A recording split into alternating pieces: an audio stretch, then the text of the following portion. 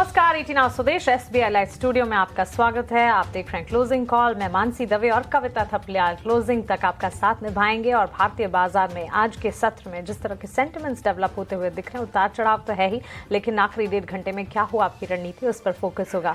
आइए सबसे पहले आपको बता देते हैं कि यहाँ से 1.5 घंटे में ऑन द शो आपके लिए खास क्या कुछ हम लेकर आए हैं। सारे के सारे एलिमेंट्स आपकी स्क्रीन पर आ जाएंगे। FNO मार्केट चेक यहाँ से 2:05 पर आपके सामने होगा। स्ट्रेटेजी बताएंगे, लेवल बेस्ड कामकाज किस तरह से होना चाहिए, इस पर बात होगी। वहीं क्लोजिंग ट्रेड्स 2:10 पर जब हमारे एक्सपर्ट्स हमारे साथ जुड़ेंगे, उनके ट्रेडिंग आइडियाज जानने की कोशिश करेंगे। ऑप्शन के चैंपियन में एक ऑप्शन का दमदार ट्रेड 2:40 पर आपके लिए पेश किया जाएगा।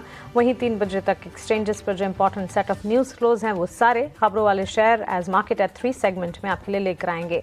BTST STBT ट्रेड लास्ट जब 20 मिनट बचे होंगे बाजार की क्लोजिंग के, तब आपके सामने रखे जाएंगे। और इवेंट्स और ट्रिगर्स, नतीजों का सीजन है, ढेर सारे इवेंट्स है जिस पर नजर होनी चाहिए, इन तमाम पर बातचीत करते रहेंगे। तो ये है ऑन द शो, बाजार की बड़ी बातें अब आपकी स्क्रीन पर आ जाएंगी। करीब 120 अंकों की गिरावट, 25,800 के इर्द गिर्द हम देख रहे हैं। इस वक्त निफ्टी 25,800 के नीचे फिसलता हुआ। बैंक निफ्टी में भी हम देख रहे हैं बिकवाली का दबाव हावी हुआ है 58,850 के नीचे। बैंक निफ्टी भी 58,850 से 58,900 के दायरे में झूलता हुआ बैंक निफ्टी भी नजर आ रहा है। निफ्टी मेटल इंडेक्स पर दबाव है। मेटल्स की शाइन कम होती हुई, फीकी पड़ती हुई नजर आ रही है। जिंदाल स्टेनलेस जैसे स्टॉक्स में 3% की गिरावट है। ऑटो क्षेत्र में रफ्तार, बढ़िया तेजी के बीच कामकाज देखने को मिल रहा है। Likes of Eicher, hero MotoCorp में अच्छी खासी मजबूती। और जहां हम ऑटो की बात कर रहे हैं, साथ साथ एंसिलरीज पर भी फोकस कीजिएगा जरूर। कंजम्पशन का खेमा भी अच्छा खासा रिस्पॉन्स आज के सत्र में दिखा रहा है। मिला जुला एक्शन, लेकिन एटलीस्ट गिरावट नहीं है। वरुण बेवरेजेस के स्टॉक प्राइस में 3% की कमजोरी, लेकिन FMCG स्पेस पर, इस पॉकेट पर नजर जरूर होनी चाहिए।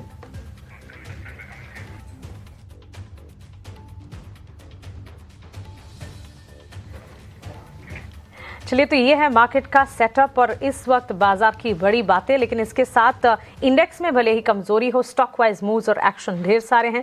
नतीजों का सीजन है और कविता, खबरें भी ढेर सारी आ रही हैं। बिग बजिंग ट्रेंड कहां पर है? बिल्कुल, बिग बजिंग ट्रेंड लेकर आते हैं दर्शकों के लिए, जहां पर सबसे पहले पीडिलाइट की बात करेंगे। और यहां पर हम देख रहे हैं कि जो Q2 नंबर्स आए हैं, मुनाफे और आय के फ्रंट पे हमने देखा है कि एक बढ़त दर्ज होती हुई दिखाई दे रही है। और इसी के साथ साथ अगर हम देखें तो काफ़ी समय तक कंसोलिडेटेड चाल थी इस पूरे काउंटर की, लेकिन नतीजे जहां पर आते हुए दिखाई दे रहे हैं, मुनाफे और आय दोनों में इजाफा। अगला यहां पर बिग बजर स्टॉक होने वाला है यूनाइटेड स्पिरिट्स का, जहां पर हम देख रहे हैं कि ज़बरदस्त नंबर्स। मुनाफे के फ्रंट पे अगर हम देखें तो 41% की बढ़त दर्ज होने के बाद 472 करोड़ पे आंकड़ा पहुंचता हुआ। नेट रेवेन्यूज़ की बात करें 11.5% बढ़कर 3,170 करोड़ पर ये, और काउंटर आप देख सकते हैं 2.5% के पार की तेजी फिलहाल दर्ज करता हुआ। रिलायंस इंडस्ट्री, जहां पर ग्राहकों के लिए बहुत ही बढ़िया करार की खबर आती हुई, गूगल के साथ AI को बढ़ावा देने के लिए यहां पे करार किया गया है। और इसी के चलते हम देख रहे हैं कि जहां तक अपनी सर्विसेज और AI लेड सर्विसेज की बात है, उसको एक कदम आगे बढ़ा रहा है रिलायंस। और जेमिनी AI का यूज आप कर सकेंगे जितने भी जियो यूजर्स हैं, तो उसी करार के तहत एक बड़ी खबर आती हुई। लेकिन लोडा डेवलपर्स आप देखिए, ये भी काफी बजिंग है। नतीजों के फ्रंट पे अगर हम देखें तो मुनाफा लगभग 86% बढ़ता हुआ आंकड़ा 788.7 करोड़ पर दर्ज हुआ है। रेवेन्यू की बात करें 44.7% का इजाफा यहाँ पर, और 3,799 करोड़ पर नंबर पहुंचता हुआ। अगर आप एबिट मार्जिन देखें तो यहाँ पर भी 26.8% से बढ़कर यह आंकड़ा 29.2% पर आता हुआ देखने को मिल रहा है। काउंटर भी हम देख रहे हैं कि आज के सत्र में लगभग 2% तक की तेजी पर फिलहाल कामकाज करता हुआ दिखाई दे रहा है।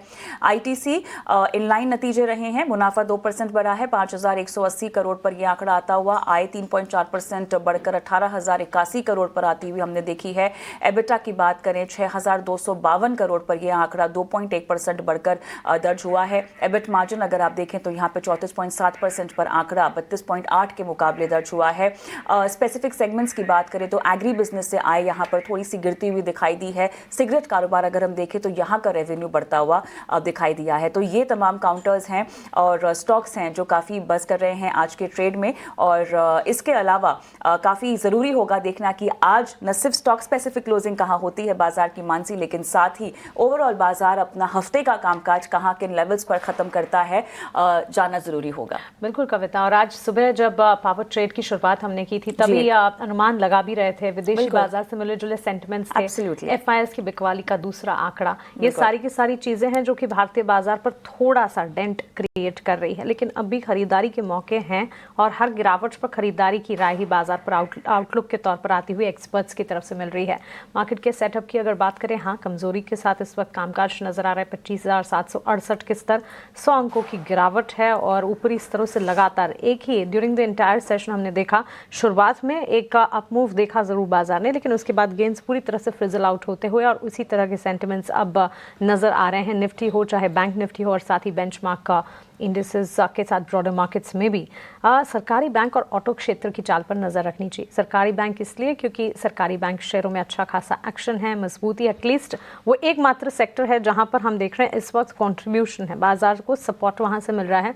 और दूसरा ऑटो सेक्टर इसलिए क्योंकि कल 1 तारीख को ऑटो बिक्री के आंकड़े आएंगे और ये आंकड़ों के बाद इसका रिएक्शन जो है सोमवार के सेशन में देखने को मिलेगा।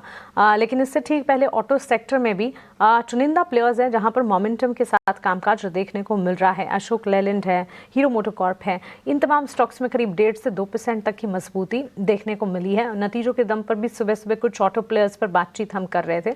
सो ऑटो बिक्री के आंकड़े एक इंपॉर्टेंट ट्रिगर हैं और उसके ठीक बाद मंडे इसका एक इम्पैक्ट भी आता हुआ दिखेगा जब बाजार खुलेंगे, तो इस पर नजर रखनी चाहिए। नतीजों का सिलसिला जो चल रहा है उसमें अच्छे नंबर्स आ रहे हैं, रिजल्ट सीजन ओवरऑल पॉजिटिव है और उसका इम्पैक्ट हम देख रहे हैं स्टॉक प्राइसेस में। और इसी वजह से कई ऐसे सेशंस आज ही की तरह होते हैं जबकि इंडेक्स जो है वो परफॉर्म नहीं कर पा रहे, लेकिन स्टॉक स्पेसिफिक अपॉर्चुनिटीज़ मिल जा रही हैं। वो इसलिए क्योंकि नतीजे आ रहे हैं, न्यूज़ फ्लोज है और उन नतीजों न्यूज़ फ्लोज पर ये स्टॉक्स जो है वो लगातार रिएक्ट कर रहे हैं। यूनाइटेड स्पिरिट्स लिमिटेड आज सुबह ओपनिंग के खिलाड़ी के तौर पर हमने इसे ऐड किया था, बढ़िया नतीजे आते दिखे और इसी के चलते हमने स्टॉक में मूवमेंट देखी। नवीन फ्लोरिन का स्टॉक प्राइस इसी तरह से अच्छा खासा एक्शन दिखा रहा था। खपत वाले शेयरों में भी मजबूती नजर आ रही है। एफएमसीजी पॉकेट पर भी नजर रखनी चाहिए, इतना बड़ा मूव वहां पर भी नहीं है, लेकिन एटलीस्ट कंजम्पशन का खेमा जो है वहां पर डिमांड बढ़ती लगातार नजर आ रही है और इसके चलते यहां से एटलीस्ट आने वाले 1 क्वार्टर तक तो इस स्पेस पर खास तौर से नजर रखनी चाहिए। बात जाते हैं निफ्टी और बैंक निफ्टी के आउटलुक पर। निफ्टी में अब भी गिरावट में खरीदारी के मौके ढूंढने चाहिए। आज का सेशन वन ऑफ जरूर है जब हम देख रहे हैं कि गिरावट लगातार बढ़ती हुई नजर आ रही है, लेकिन last trading session of the week है, शायद पार्टिसिपेशन कम है और मार्केट पार्टिसिपेंट्स कॉशियस है, लेकिन 25,750 के स्तर पर सपोर्ट भी मिल रहा है। वहां से ज्यादा नीचे टूटता हुआ हम नहीं देख रहे हैं निफ्टी को। 25,800 से 900 इस रेंज को एक मजबूत रेजिस्टेंस के तौर पर मानकर चले। इसी दायरे में हमने देखा भी है ड्यूरिंग द सेशन बाजार ने ऊपर चढ़ने की कोशिश की, लेकिन वहां से गेंस फ्रिजल आउट होते हुए नजर आ रहे हैं। निफ्टी के मुकाबले बैंक निफ्टी अगर देखेंगे तस्वीर ज्यादा बेहतर नजर आएगी। सरकारी बैंक एक तो चल रहे हैं, ओवरऑल बैंक निफ्टी में भी मजबूती है। गिरावट में खरीदारी का आउटलुक जरूर अपना कर चले। 57,800 को सपोर्ट के तौर पर मानकर चले। 58,200 से 58,250 ये दायरा है, सिर्फ और सिर्फ 50 पॉइंट्स का दायरा है, इसे मजबूत रेजिस्टेंस के तौर पर मानकर हम चल रहे हैं। ओवरऑल सेटअप आज के सत्र में वॉलेटाइल है, लेकिन गिरावट में खरीदारी का ट्रेंड अब भी बाजार में अपना कर चलना चाहिए क्योंकि पॉजिटिव्स भी हैं, माना कि एफआईएस की बिकवाली, ग्लोबल सेटअप में उठा पटक, लेकिन नतीजों का सीजन है, ये सपोर्ट कर रहा है। इकोनॉमिक इंडिकेटिव एक्शंस ठीक नजर आ रहे हैं और स्टॉक वाइज न्यूज फ्लोज ढेर सारे हैं कविता। सो ये सारी चीजें हैं जिस पर खास तौर से हमें नजर रखनी चाहिए और फोकस करना चाहिए। एब्सोल्युटली, लेकिन देखिए बहुत ज़रूरी होगा कुछ नतीजों का इंतज़ार और ऐसे में अगर हम मारुति के नतीजों की बात करें तो ये भी अपने नतीजे पेश करने वाले हैं। कैसे रह सकते हैं मारुति के Q2 के नतीजे, पूरा एनालिसिस हमारी रिसर्च टीम में से सृष्टि हमारी सहयोगी ने किया है और उन्हीं से जुड़ते हैं और जान लेते हैं कि किस तरह के नतीजे एक्सपेक्टेड हैं। सृष्टि, मारुति के दूसरी तिमाही के नतीजे जो आने वाले हैं, क्या कहता है आपका विश्लेषण और अनुमान किस हिसाब से बैठ रहा है?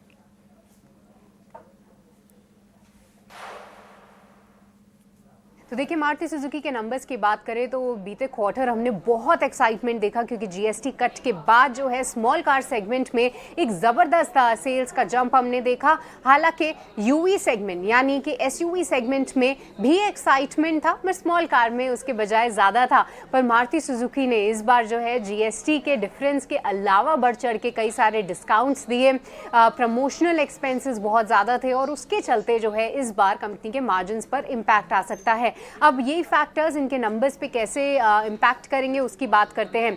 आय की बात करें तो यहाँ पर हमारी उम्मीद है कि 39,958 करोड़ ये आंकड़ा रह सकता है। EBITDA में साल दर साल लगभग 7% की हम गिरावट की उम्मीद कर रहे हैं और मार्जिन्स भी श्रिंक होकर 10.2% रह सकते हैं, बजाय 11.9% के जो कि हमने सेम क्वार्टर पिछले साल में देखा था। और आखिरी में मुनाफे में भी हमारी उम्मीद है कि 3458 करोड़ कंपनी का इस बार मुनाफा रहना चाहिए।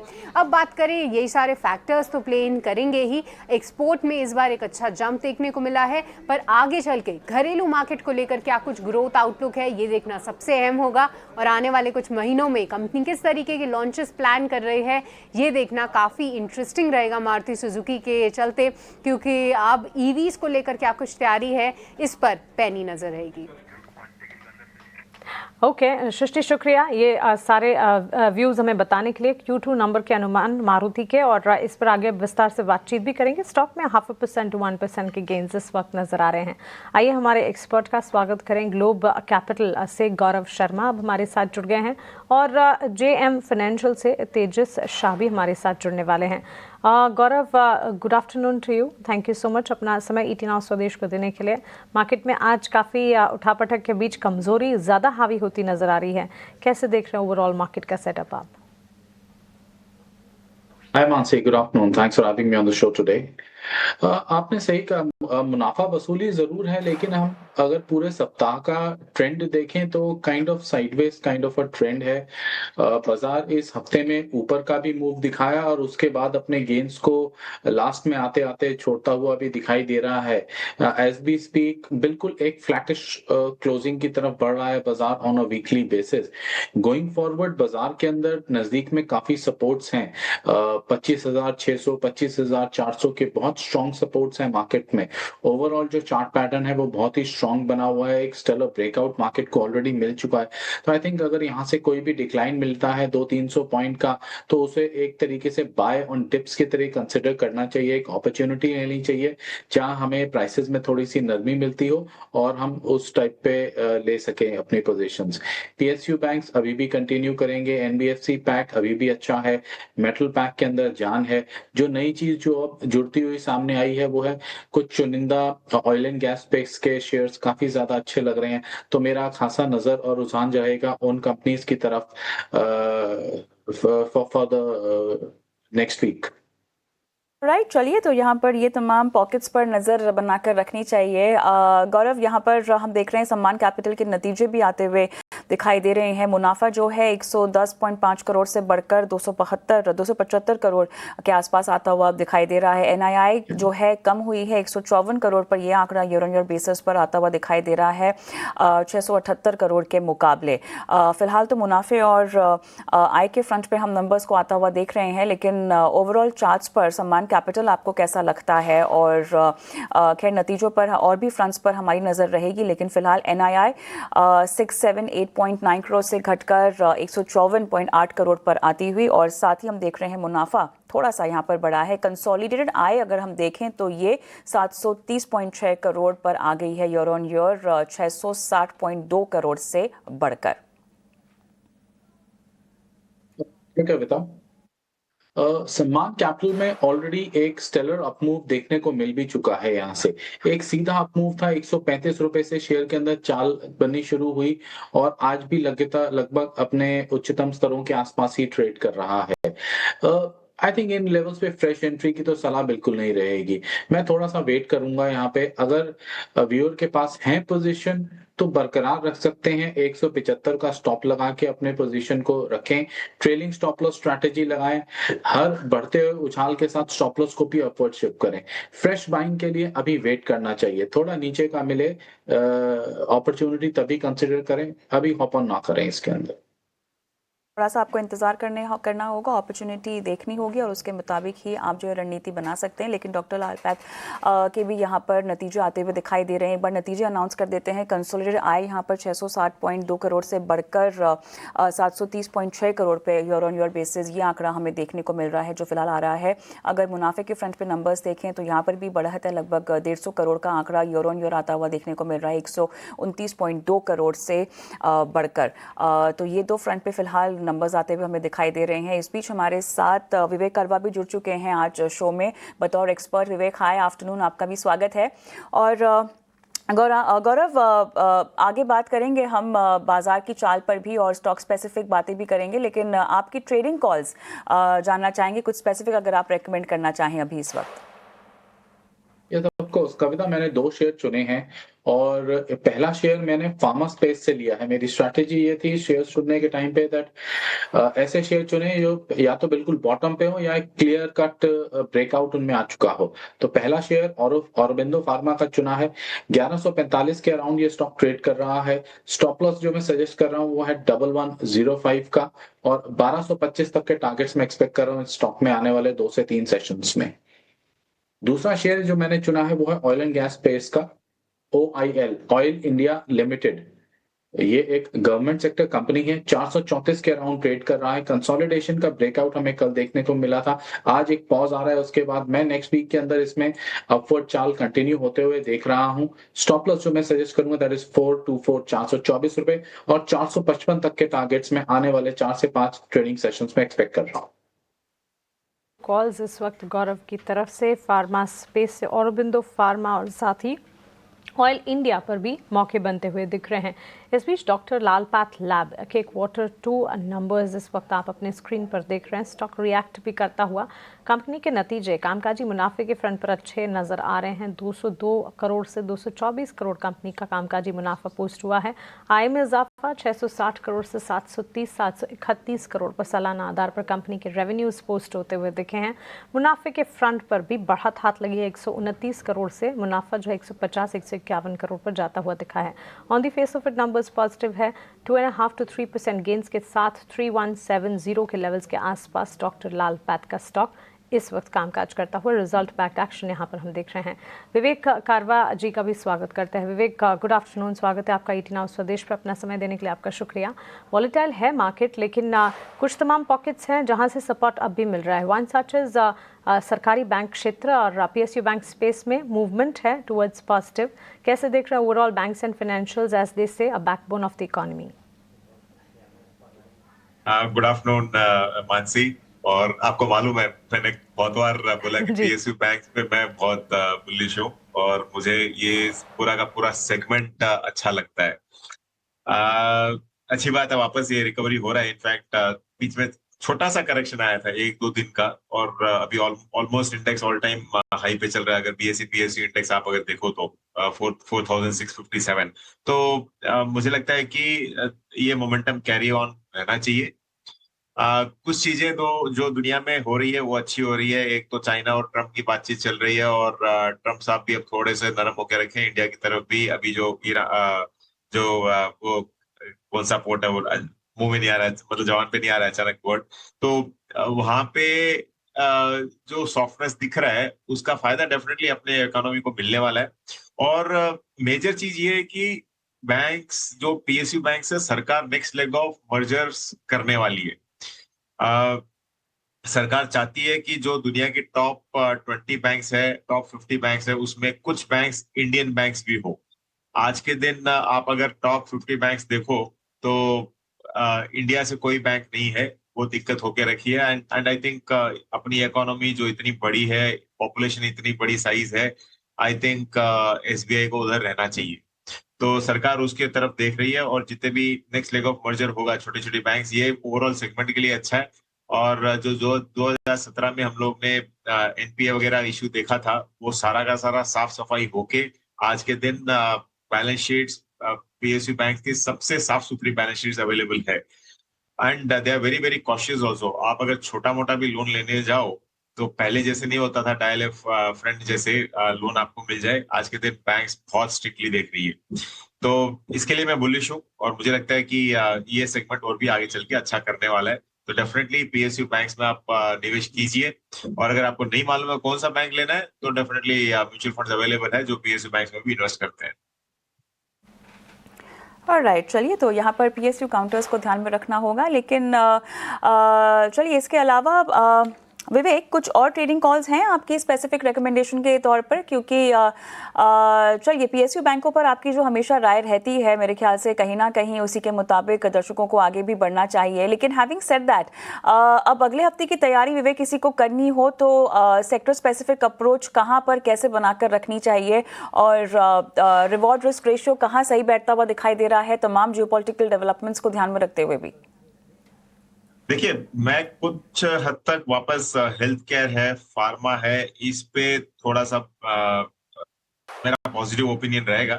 पर्टिकुलरली आप अगर दोनों हेल्थ केयर इंडेक्स भी देखो और फार्मा इंडेक्स भी देखो, तो आई थिंक एक रेंज में है। आपके स्क्रीन पे चार्ट दिख रहा है जो रिकवर होके स्लाइटली नीचे आके एक ही रेंज में अटका हुआ पड़ा है, बिकॉज ऑफ वेरियस इश्यूज। ये सारा इशू, वेरियस इश्यूज तो क्या, एक ही इशू है जो यूएस वाला इशू है। और सिमिलरली आईटी सेक्टर, वहां पे मैं अभी काफी कॉन्ट्रेरियन बेट लगाना चाहूंगा। मुझे लगता है कि अगर कुछ भी समझौता होता है या फिर ट्रेड डील होती है आगे चल के, ये आईटी के लिए बहुत पॉजिटिव रहेगा। और जो आज आईटी इंडेक्स है वो काफी खराब परफॉर्मेंस कर चुका है पिछले 1-1.5 साल में। और मुझे लगता है कि यहाँ से डाउन साइड आपका बहुत ही मिनिमल है। मतलब आईटी उस स्तरों पे है जहां से इससे नीचे तो क्या करेगा, उसको खुद को शर्म आएगी गिरते हुए। तो मुझे लगता है कि अपसाइड पॉसिबिलिटी ज्यादा है, तो आईटी ऐसे कॉन्ट्रेरियन रहूंगा और मैं हेल्थ केयर एंड फार्मा पे भी निवेश करना चाहूंगा। हैं जिस पर निवेश की रणनीति इस वक्त विवेक कारवा की तरफ से फंडामेंटल नजरिया यहाँ पर। लेकिन इस बीच मारुति सुजुकी के नंबर्स पोस्ट होते हुए दिखे हैं। कंपनी की आय 42,101 करोड़ पर जाती हुई दिखी है, जबकि एक्सपेक्टेशन हमारा था 39,958 करोड़, यानी कि हमारे अनुमान से बेहतर कंपनी की आय जो है ये पोस्ट होती हुई दिखी है। तिमाही आधार पर, सालाना आधार पर भी अगर आप देखेंगे तो यहाँ पर बढ़त हाथ लगी है। तिमाही दर तिमाही आधार पर अगर आप देखेंगे, यहाँ 37,203 करोड़ से 42,000 के पार कंपनी की आय पोस्ट होती हुई दिखी। हालांकि मार्जिन के फ्रंट पर गिरावट है, 11.9% से मार्जिन में 10% पर आते हुए दिखे हैं। हमारी एक्सपेक्टेशन भी 10% की ही थी, तो exactly as per expectation company के मार्जिन के फिगर जो है वो पोस्ट होते हुए देखने को मिले हैं। कंपनी के मुनाफे के आंकड़े को भी एक बार स्क्रीन पर लेकर आते हैं। 913 करोड़ का कंपनी का रेवेन्यू पोस्ट होता हुआ दिखा, 1,475 करोड़ के मुकाबले। इस पर एक बार फिर से फोकस करेंगे। मुनाफा 3,293 करोड़ पर जाता हुआ दिखा है, जबकि 3,458 करोड़ का हमारा एक्सपेक्टेशन था। तो हमारे अनुमान से कम है मुनाफे का आंकड़ा, लेकिन ये 3,069 करोड़ से जाता हुआ देखने को मिला है, बढ़त के साथ आता हुआ। तो क्लियरली मुनाफे के फ्रंट पर एक्सपेक्टेशन से कमजोरी हाथ लगी है। रेवेन्यू के फ्रंट पर हमारे एक्सपेक्टेशन से बेहतर नंबर्स पोस्ट होते हुए दिखे हैं। आय 42,101 करोड़ की पोस्ट की है कंपनी ने, 39,958 करोड़ के एक्सपेक्टेशन हमारे थे। हमारे एक्सपेक्टेशन से बेहतर रेवेन्यू के फिगर और पिछले तिमाही के आधार पर भी फिगर जो है वो पॉजिटिव नजर आ रहे हैं। लेकिन स्टॉक में रिएक्शन नहीं नजर आ रहा है। 4,417 करोड़ से 4,434 करोड़ पर कंपनी का कामकाजी मुनाफा बढ़ा है। एक्सपेक्टेशन 4,092 करोड़ की थी। कामकाजी मुनाफे के फ्रंट पर भी एक्सपेक्टेशन से बेहतर यहाँ पर आंकड़े आते हुए देखने को मिले हैं। लेकिन चलिए, कई सारे फैक्टर्स हैं जिसे वॉच आउट करना होगा। डिमांड आउटलुक है, नए लॉन्चेस जो कंपनी ने प्लान किए हैं, वॉल्यूम्स में किस तरह के इंक्रीज आते हैं और प्राइस हाइक के सिनेरियोज किस तरह इम्पैक्ट कर जा रहे हैं, इस पर खास तौर से नजर रखनी होगी। फिलहाल मारुति सुजुकी करीब 1% की गिरावट के साथ कामकाज करता हुआ। गौरव, कोई टेक्निकली चार्ट्स पर 16,021 के लेवल्स पर कैसा लग रहा है? मानसी, ये बड़ा ही क्रूशियल पॉइंट पे है अगर मैं ट्रेडिंग पर्सपेक्टिव की बात करूं फॉर मारुति, बिकॉज आज महीने के आखिर में और से सत्र के भी आखिर में आते आते इन्होंने अपने रिजल्ट्स पोस्ट किए हैं, और जब मंडे को मार्केट ओपन होगा तब हमारे पास मंथली सेल्स फिगर्स भी होंगे। तो एक मिला जुला इम्पैक्ट, कम्युनिकेटेड इम्पैक्ट देखने को मिलेगा। अगर किसी भी तरीके से यहाँ से कोई प्रॉफिट टेकिंग मिलती है, and I will be interested, अगर वो 15,500 का आंकड़ा किसी तरीके से एक बार ये स्टॉक आ जाए उस पॉइंट पे, आई थिंक वो बहुत ही अट्रैक्टिव लेवल होगा। फ्रैंकली इन लेवल्स पे तो मैं इंटरेस्टेड नहीं रहूंगा बाय करने के लिए। काफी स्टिफ रेजिस्टेंस इसने फेस किया है स्टॉक ने 16,500 के आसपास। थोड़ा डिप मिलेगा तो आई थिंक वहां पे बाइंग इंटरेस्ट ज्यादा डेवलप होगा, तो बाय ऑन डिप्स में मैं मोर इंटरेस्टेड हूँ। डिप्सा गिरावट में खरीदारी के मौके, और सही कहा गौरव आपने। अब यहाँ से क्रूशल जंक्चर हैं सोमवार के सेशन में। ऑटो बिक्री के डेटा पॉइंट्स पर भी ऑटो सेक्टर से जुड़ी हुई कंपनियां रिएक्ट करती हुई दिखेंगी। ऐसे में मारुति सुजुकी के नतीजे, आय में बढ़त है, मुनाफे के फ्रंट पर इजाफा है, लेकिन शायद मार्केट का टेक्सचर ही कमजोर है, जिसके चलते स्टॉक में मूवमेंट टुवर्ड्स डाउन साइड हम देख रहे हैं। इन नंबर्स पर लगातार फोकस है और इस सेक्टर पर भी फोकस बना रहेगा। एक छोटे से ब्रेक के लिए रुकेंगे, लेकिन ब्रेक में जाते जाते एक इंपॉर्टेंट अपडेट आपके लिए। HDFC अर्गो जनरल इंश्योरेंस पूरे देश में बीमा जागरूकता बढ़ाने के लिए प्रतिबद्ध है। इसी मिशन के तहत HDFC अर्गो जनरल इंश्योरेंस लेकर आया है a decade of impact, the legacy of insurance quiz junior, times network की साझेदारी में। इस यात्रा और युवा पीढ़ी में बीमा के प्रति जागरूकता बढ़ाने में इस क्विज की भूमिका को समझने के लिए ET नाउ और ET नाउ स्वदेश की एग्जीक्यूटिव एडिटर आयशा फरीदी ने खास बातचीत की HDFC अर्गो जनरल इंश्योरेंस के MD और CEO अनुज त्यागी से। आइए देखते हैं। HDFC Ergo insurance quiz junior के 10वें एडिशन में देश भर से लगभग 3,600 स्कूल से बच्चों ने हिस्सा लिया। प्रिलिमिनरी, क्लस्टर और जोनल राउंड्स के बाद टॉप 6 टीम्स मुंबई में हुए फिनाले तक पहुंची। क्विज के पहले HDFC अर्गो जनरल इंश्योरेंस के MD एंड CEO अनुज त्यागी ने इंश्योरेंस जागरूकता क्यों जरूरी है, इस पर अपने विचार साझा किए। Initially, it started as a concept. We had one city. Slowly, the number of city increased. If you see today on the screen, you have students from Tier 2 and Tier 3 cities. Incidentally, there is nobody from the Tier 1 city. So it proves the point that we've actually been able to go through the Tier 2, Tier 3 cities. And there is a very sizable population, which is, I think about 27% of the students are from vernacular language. The entire organization is today driven by the purpose that no citizen of this country should see a financial hardship because of lack of insurance. So that's what drives us today. Risk protection will not happen unless a topic like insurance is a dining table discussion. So I certainly hope, and I see that happening 10 years down the line, all these kids who have won or who would have won 10 years back, they will be the decision makers. They will promote their kids to participate in it. So Insurance Quiz Junior will be played at a very, very grand scale. And if you ask me what will be the success, if the larger winners come from smaller cities, that's when we can certainly say that the insurance awareness is going through the nook and corner of the country, because otherwise insurance for all by 2047 will not be easy.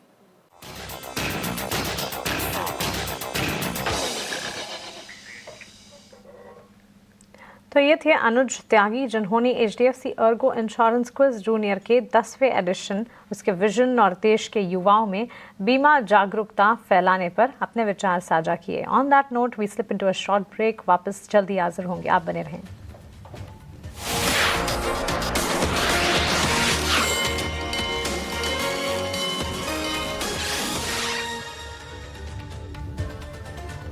Break के बाद स्वागत है आपका। आप देख रहे हैं closing call. अभी थोड़ी देर पहले मारुति सुजुकी के क्वार्टरली नंबर्स आते हुए दिखे, नतीजे कैसे रहे, सारे रिव्यूज इन डिटेल लेकर सृष्टि हमारे साथ जुड़ गई हैं। सृष्टि, बताएं किस तरह के नतीजे जो एक्सपेक्टेशन थी उसके सामने नजर आए। तो इस बार मारुति सुजुकी के नंबर्स में मुनाफे में एक मिस देखने को मिला है, क्योंकि हमारी उम्मीद जो थी मुनाफे की वो लगभग 458 करोड़ की थी, बट उससे कम कंपनी का इस बार मुनाफा आया है 3293 करोड़ पे। बजाय इसके कि साल दर साल और तिमाही दर तिमाही इनका टैक्स एक्सपेंस कम हुआ है, पर फिर भी कंपनी ने मुनाफे के फ्रंट पे जो है डिसअपॉइंट थोड़ा सा ज़रूर किया है। बट इसके अलावा बाकी अन्य नंबर्स जो हैं वो उम्मीद के मुताबिक ही देखने को मिले हैं। कंपनी की आय की बात करें तो 42,101 करोड़ पे रही है, जो कि साल दर साल आप देखें तो 13% से भी ज़्यादा का ग्रोथ है। हमारी उम्मीद भी कुछ इसी नंबर्स की थी।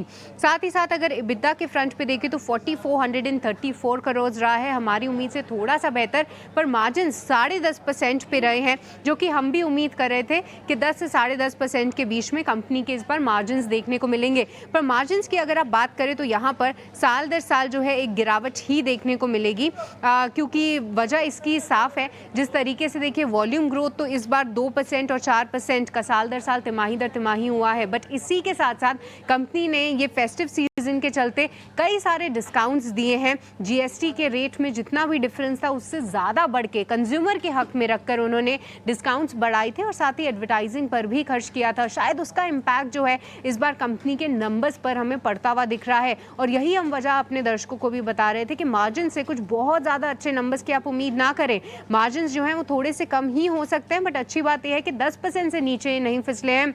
कहीं ना कहीं उसके ऊपर जो है कंपनी ने अपने मार्जिन्स जो हैं वो बरकरार रखे हैं। तो मारुति सुजुकी के नंबर्स ऑपरेशनली ठीक माने जाएंगे, पर हाँ मुनाफे में थोड़ी सी हमने गिरावट ज़रूर देखी है।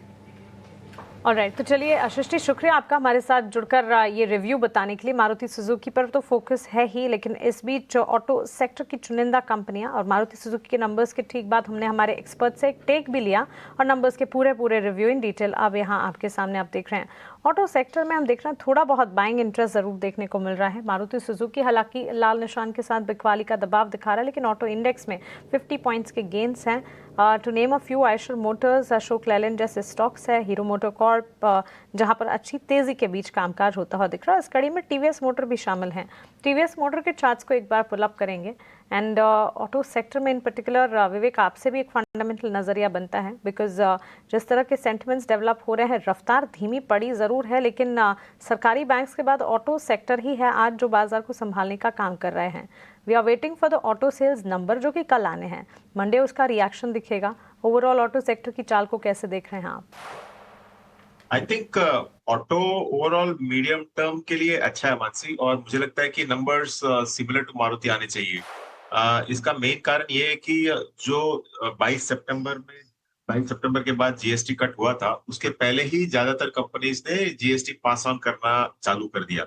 अब सरकार तो जीएसटी देने वाली नहीं है जो पहले से पास ऑन हुआ है, तो वो एक बेनिफिट कंपनीज ने दिया है। और उसके अलावा सिर्फ जीएसटी नहीं, उसके ऊपर भी उन्होंने डिस्काउंट्स दिए हैं, ऐसे फेस्टिव सीजन डिस्काउंट आप समझ लीजिए। तो हो सकता है कि मार्जिन में आपको डेफिनेटली नेट अर्निंग्स में आपको डेफिनेटली थोड़ा बहुत कमी देखने को मिले सेक्टर में, लेकिन मुझे लगता है कि जो फाइनली अब मोमेंटम वापस बना है और स्टेबिलिटी आई है as a whole, I think ये आगे चल के और अच्छा करेगा।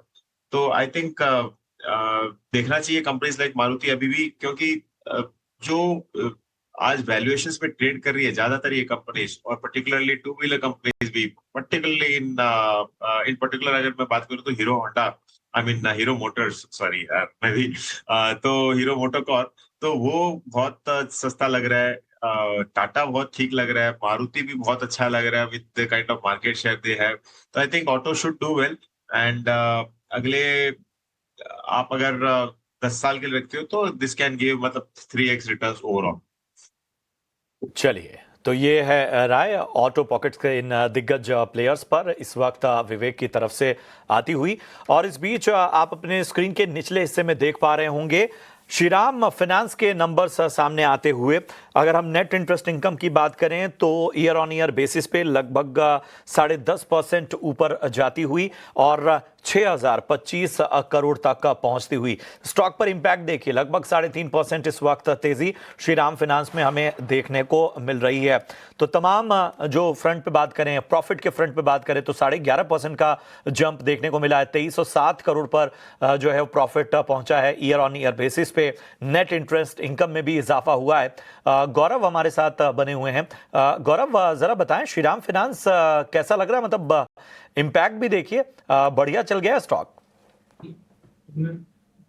Yes, absolutely. बिफोर मैं अपना व्यू दूं उससे पहले मैं एक जनरल डिस्क्लोजर देना चाहूंगा कि हमारी कवरेज रिपोर्ट है श्रीराम फाइनेंस पे with a buy rating on the stock. तो हमारे क्लाइंट्स की इस स्टॉक के अंदर पोजीशन हो सकती है, मेरी कोई पर्सनल पोजीशन या होल्डिंग नहीं है। श्रीराम फाइनेंस पे जैसे मैंने कहा, हम काफी बुलिश हैं, ओवरऑल एनबीएफसी पैक में है एंड श्रीराम फाइनेंस हमारा उसके अंदर एक पसंदीदा कैंडिडेट है। आने वाले समय में मैं उम्मीद करता हूं ये अपवर्ड मूवमेंट चलेगा। अनुमान के अनुसार इसके रिजल्ट्स अच्छे ही पोस्ट हुए हैं, जितना भी मैं अभी स्टडी कर पाया हूं, जो भी फिगर्स ऑफ लेट आपके स्क्रीन पे मैं देख पाया, उसके हिसाब से लगभग रिजल्ट्स अच्छे हैं और वो फर्दर प्राइस पॉइंट को और बूस्ट करेंगे। तो I don't find the reason कि ये जल्दी शेयर 800 और उसके ऊपर के लेवल पे हमें दिखना चाहिए।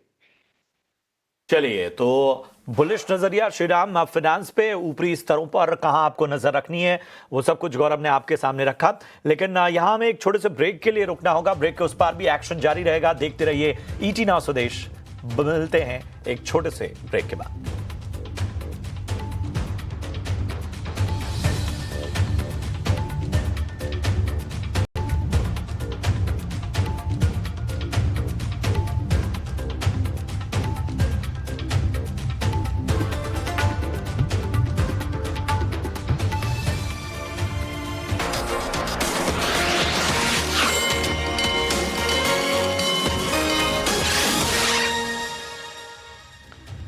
ब्रेक के बाद स्वागत है आपका। और लगातार बहुत सारी कंपनियों के नतीजे आ रहे हैं, उन नंबर्स को भी एक्नॉलेज जरा करते हैं। गेल के नंबर देखिए, कंसो मुनाफा 26.5 मतलब मैं कहूँगा 27% घटा है और 1972 करोड़ पे पहुंचा है ईयर ऑन ईयर बेसिस पे। स्टॉक पे एक नॉमिनल इफेक्ट यहां पर देखने को मिल रहा है। जो आय है उसमें लगभग 5% का इजाफा देखने को मिला है। 35,537 crore per year on year basis पर आय पहुंची है। गेल के अगर इस वक्त चार्ट को देखें तो आप देखेंगे कि इस वक्त तेजी हमें लगभग आधे % के करीब नजर आती हुई। पिछले 5 ट्रेडिंग सेशन में 1.5% चला है स्टॉक और पिछले 1 महीने में एक तरह का कह सकते हैं जिगजैग का मूवमेंट ही नजर आया है यहां पर और 4.25% के आसपास जो है वो गेल का स्टॉक चलता हुआ नजर आ रहा है। क्या आज का मोमेंटम और नतीजे जो हैं वो अभी जो मिले जुले साफ तौर पर नजर आ रहे हैं, इनका इंपैक्ट स्टॉक पर पड़ेगा? विवेक, गेल बताइए क्या रणनीति रखी जाए?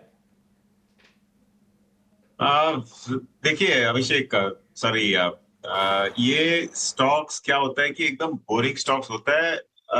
वैल्यू अंडरलाइंग बहुत होती है इन कंपनीज में, लेकिन आपका वैल्यू अनलॉकिंग कभी नहीं होता है। ये दिक्कत है। अब इन्वेस्टमेंट्स में ऐसे है ना कि आप अगर गेल जैसी कंपनी, जो शानदार कंपनी है, मतलब उसको आप नवरत्न बोलो या जो भी बोलो, ग्रेट कंपनी है, लेकिन आपको अगर आप लॉन्गर टर्म का इसका अगर चार्ट और वेल्थ क्रिएशन देखो तो बाकी कंपनीज के मुकाबले कुछ नहीं है। तो ऐसा इन्वेस्टर मैं इधर खाली बढ़िया कंपनी लेने के लिए नहीं आ रहा हूँ, बढ़िया कंपनी जो मुझे रिटर्न्स भी दे। और ऐसी कंपनीज आप अगर देख लो पिछले कई सालों का रिटर्न, आप अगर 2023 से भी देखो तो लगभग उसी रेंज में ही ये स्टॉक चल रहा है। तो ठीक है, गैस इज द फ्यूचर। मैं आपको 10 कारण गिना सकता हूँ जिसके कारण आपको गेल लेना चाहिए, लेकिन अपॉर्चुनिटी लॉस ज्यादा रहता है, इसके लिए ऐसी कंपनीज में थोड़ा अवॉइड ही करना चाहूँ। अवॉइड करने की सलाह गेल पर फिलहाल मिलती हुई। इस बीच वेदांता के भी नंबर्स आ रहे हैं और बहुत ही खराब नंबर्स फिलहाल जो शुरुआती तौर पर नजर आ रहा है। आप देखिए आय की अगर हम बात करें तो यहाँ पर 58.7% से घटकर 1798 करोड़ पर पहुंच गई है आय ईयर ऑन ईयर बेसिस पे। मुनाफा 58.7% घटा है 1798 करोड़ पे। आय की अगर हम बात करें तो ये भी 58.7 करोड़ से घटा है। तो काफ़ी जो है वो इस वक्त इम्पैक्ट भी स्टॉक पर हमें देखने को मिल रहा है और इस वजह से एक तरह का प्रेशर हम स्टॉक पर फिलहाल देख रहे हैं। गौरव, ज़रा वेदांता को अपने रडार पे लाइए। नतीजे तो बहुत अच्छे नज़र नहीं आ रहे हैं और इम्पैक्ट भी देखिए लगभग 1.5% ऊपरी स्तरों से स्टॉक का टूटता हुआ, और जिस तरह से पिछले 1 महीने से स्टॉक में एक धीरे धीरे मूवमेंट नजर आ रही थी, वो कहीं ना कहीं आज उसे गंवाता हुआ ये स्टॉक का। बताइए क्या किया जाए, मतलब नतीजे भी कुछ खास नहीं है। ये नॉट एट ऑल सरप्राइजिंग है। 550 के लेवल से ये आई थिंक चौथी बार है कि ये स्टॉक रिवर्स करके वापस गिर रहा है और यहाँ से जो ओवर चार्ट फॉर्मेशंस भी संकेत दे रहे हैं वो 480 470 तक फर्दर डिप आने के संकेत मुझे मिल रहे हैं। तो आई थिंक ट्रेडिंग पर्सपेक्टिव से, शॉर्ट टर्म ट्रेडिंग के हिसाब से अगर लिया हुआ है तो एक एग्जिट कर लेना चाहिए 492 रुपए के नीचे। अगर ये स्टॉक जाता है 492 का स्टॉप लॉस लगा लीजिए, उसके नीचे ड्रिप करेगा 480 470 की रेंज आएगी इस शेयर में। तो यहाँ पर आपको स्टॉप लॉस का विशेष रूप से ध्यान रखना है। 470 का स्टॉप लॉस जो है वो बहुत इंपॉर्टेंट है, उन सपोर्ट का विशेष रूप से ध्यान दीजिएगा। चलिए यहाँ रुकना होगा एक छोटे से ब्रेक के लिए। एक्शन ब्रेक के उस पार भी जारी रहेगा, बने रहिए हमारे साथ।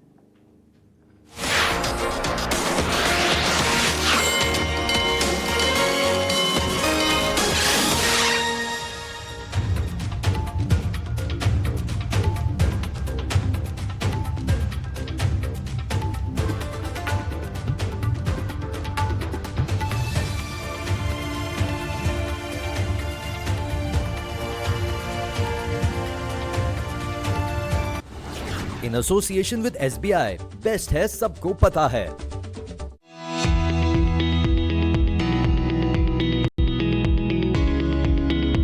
मेरा नाम जयश्री मेनन है और आई एम फ्रॉम मुंबई। मैं, मेरे हस्बैंड और 2 के बच्चे। कोविड के टाइम पे मेरे हस्बैंड गुजर गए। उस समय एक दौर था जो सब कुछ ख़राब चल रहा था और फिर मैंने अपना फाइनेंशियल सिचुएशन रिव्यू किए और लकीली उस समय से पता चला कि हमने जो SIP किए थे, मार्केट्स में इन्वेस्ट किए थे और उसके कारण काफ़ी सारे सपने जो है वो हम कंप्लीट कर पाए बिना कुछ दिक्कत के। हमने इवन फ्लैट के लिए लोन भी लिए, तो भी हमें ये इन्वेस्टमेंट्स के कारण वो EMI पे करने में दिक्कतें नहीं आए। So also for education. फिर अभी रिसेंटली मेरे बेटे के शादी हुए, उसमें हमने अगर SIP के मार्ग से ये सब सेविंग्स नहीं किए होते तो शायद हम हमारे उस मुकाम पे नहीं पहुंच सकते।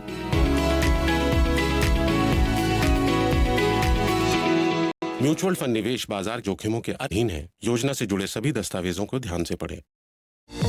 Lenskart Solutions Limited proposes an initial public offering of its equity shares. The 100% book build offer is being offered at a price band of rupees 382 to rupees 402 per equity share of face value of rupees 2 each.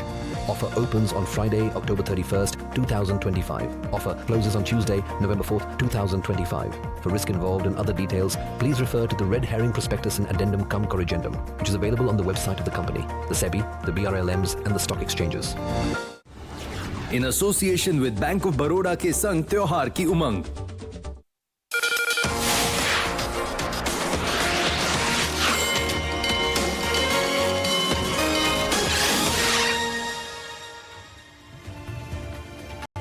Break के बाद स्वागत है आपका। आप देख रहे हैं closing call. जारो इंस्टीट्यूट के नतीजे आ चुके हैं। कैसे रहे नतीजे और आगे के लिए क्या है ग्रोथ आउटलुक, इन सब मुद्दों पर विस्तार से बातचीत करने के लिए कंपनी के मैनेजमेंट अब हमारे साथ जुड़ गए हैं। जारो इंस्टीट्यूट के CMD संजय नामदेव सालुनखे और CEO रंजीता रमन। आप दोनों का ही बहुत स्वागत है 18 हाउस स्वदेश पर। अपना समय देने के लिए आपका बहुत शुक्रिया। संजय जी, शुरुआत आपसे करना चाहूँगी। मुनाफे और कामकाजी मुनाफे के फ्रंट पर, साथ ही मार्जिन्स के फ्रंट पर कंसर्न्स हाथ लगी हैं Q2 में on year on year basis. क्या रीज़न रहे इसके पीछे के और किस तरह की एक्सपेक्टेशन आगे चलकर आप एक्सपेक्ट करके चल रहे हैं? मोमेंटम क्या कंटिन्यू होता दिखेगा और स्ट्रेंथ कहाँ से आती दिखेगी? इसमें क्या है, Q1 Q2 आप देखेंगे, मतलब अप्रैल टू जून और जुलाई टू सितंबर में काफ़ी अच्छी प्रगति है। रेवेन्यू Q1 से Q2 में 33 गुना ऊपर गया है। पैट जो प्रॉफिट आफ्टर टैक्स होता है वो 126% ऊपर गया है। हाँ, तो उससे ये होता है कि कंपनी अच्छी तरह से ग्रो कर रही है और ये फंडामेंटल्स एकदम स्ट्रांग है कंपनी के, और क्लियर फोकस है अच्छे पार्टनरशिप्स लाने में। ताकि क्या होता है, अगर अच्छी पार्टनरशिप है तो अच्छी शिक्षा मिलती है लर्नर्स को। अच्छी शिक्षा मिलेंगी तो उनको अच्छी उन्नति मिलती है, उनको प्रमोशंस मिलते हैं, अच्छे जॉब मिलते हैं, राइट। उसी तरह से हमारा फोकस अच्छे पार्टनरशिप्स, अच्छे प्रोग्राम्स और न्यू एज टेक प्रोग्राम्स में ज़्यादा फोकस होता है। और हमारी ग्रोथ पूरी ऑर्गेनिक ग्रोथ है एंड स्केलेबल एंड प्रॉफिटेबल है। तो जब से कंपनी शुरू हुई है 16 साल से कंपनी प्रॉफिट मेकिंग है। IPO तक बूटस्ट्रैप थी कंपनी, कोई फंडिंग नहीं लिया हुआ था और स्टैंडर्ड बैलेंस शीट में प्रॉफिटेबल थी कंपनी। बिल्कुल संजय जी, मेरा अगला सवाल भी आपसे ही होगा कि आपको लगता है कि जो सेकंड हाफ है FY26 का आपके लिए वो स्ट्रॉन्गर रहने वाला है फर्स्ट हाफ से? क्या कहता है आपका आउटलुक? सेकेंड H2 हमारा काफ़ी सेकेंड 6 मंथ्स है वो काफ़ी अच्छा रहेगा। इसमें थोड़ा सीजनल इफेक्ट आता है, जैसे फॉर एग्जाम्पल दिवाली है, दशहरा है या गणपति होते हैं, तो उसमें थोड़ा सा डाउन टर्न आता है। और जब भी बैच क्लोज होते हैं तभी थोड़ा डाउन टर्न आता है। बट बाकी अभी नवंबर 15 से एकदम पूरा अपस्विंग आएगा मार्च तक, तो हमारा H2 काफ़ी अच्छा प्रगतिशील रहेगा। बिल्कुल रंजीता जी, FY25 में मेजॉरिटी रेवेन्यूज जो हैं वो एनरोलमेंट और अदर एंसिलरी सर्विसेज से आते हुए दिखे थे। आपके आगे चलकर प्लान्स क्या हैं इन ऑर्डर टू डाइवर्सिफाई और रेवेन्यू ब्रेकअप?